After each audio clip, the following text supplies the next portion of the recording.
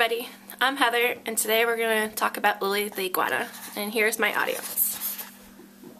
Hello. Hi. Hello.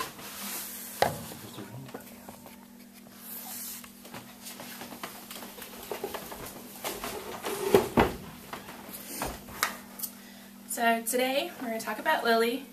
This is Lilly. She is a green iguana. She needs more than just a cage to sleep in.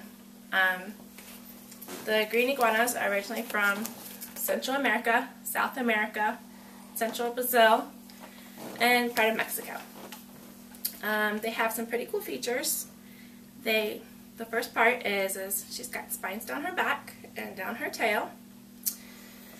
These spines are to help protect her, and they all have different purposes. The eye on the top of their head is something called a parietal eye, or a third eye. This eye tells them about predators that are above. It can show lightness, darkness, and movement, but other than that, it's got no other function as a third eye.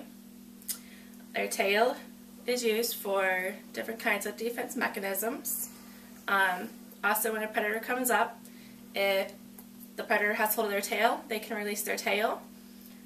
Once they release their tail, the predator will eat on it, and as soon as they eat on it, it's a good escape for her to get away. The big habitat issue in captivity is that iguanas don't have a big enough space to live. Once she becomes big enough, she'll become between 4 to 6 feet. Females are usually a little smaller, so she'll be somewhere between the 4 and 5 foot range. But the least amount of cage that people recommend after about 2.5 to 3 years of them being fully grown, that a 6-foot cage should be the smallest you should put them in. Since she is a female, she will keep most of her green color. Males tend to be darker, so she'll be a little bit darker. Also, when you go to breed, if you end up breeding her, she will produce somewhere between 10 to 30 eggs, depending on her maturity and her size. She is still a baby, so she has a long way to grow.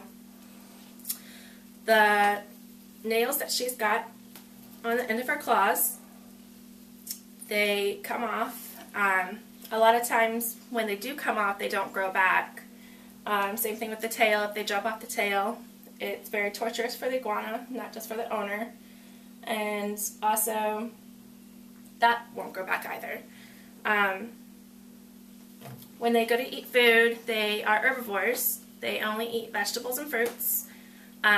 They cannot eat rhubarb. They cannot eat animal dog food or cat food or anything.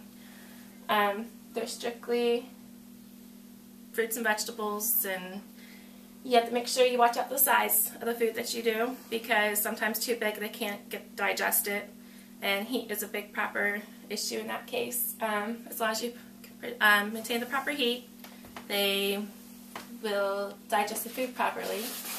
Their basking area should be between 90 to 95 degrees, and the rest of their cage should be between 80 and 85 degrees. They also need a humidity within their cage. Their humidity should be 65 to 75 degrees, and you can get them humidity by either having a misting inside their cage, or you can have a misting water bottle and mist inside their cage, and that will gain their humidity. Liliana, as long as she's out to exercise and socialize, she will stay nice and less aggressive towards people.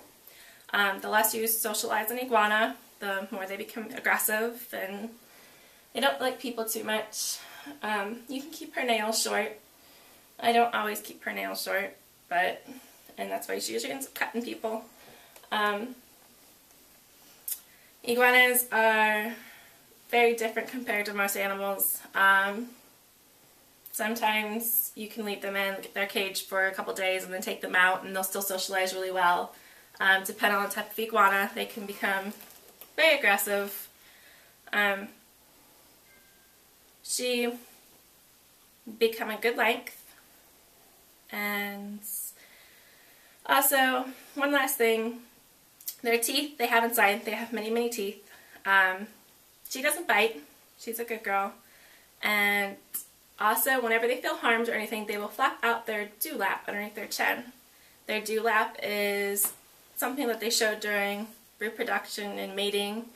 And they also flare it out whenever they're feeling endangered or they feel harmed and they're within their area.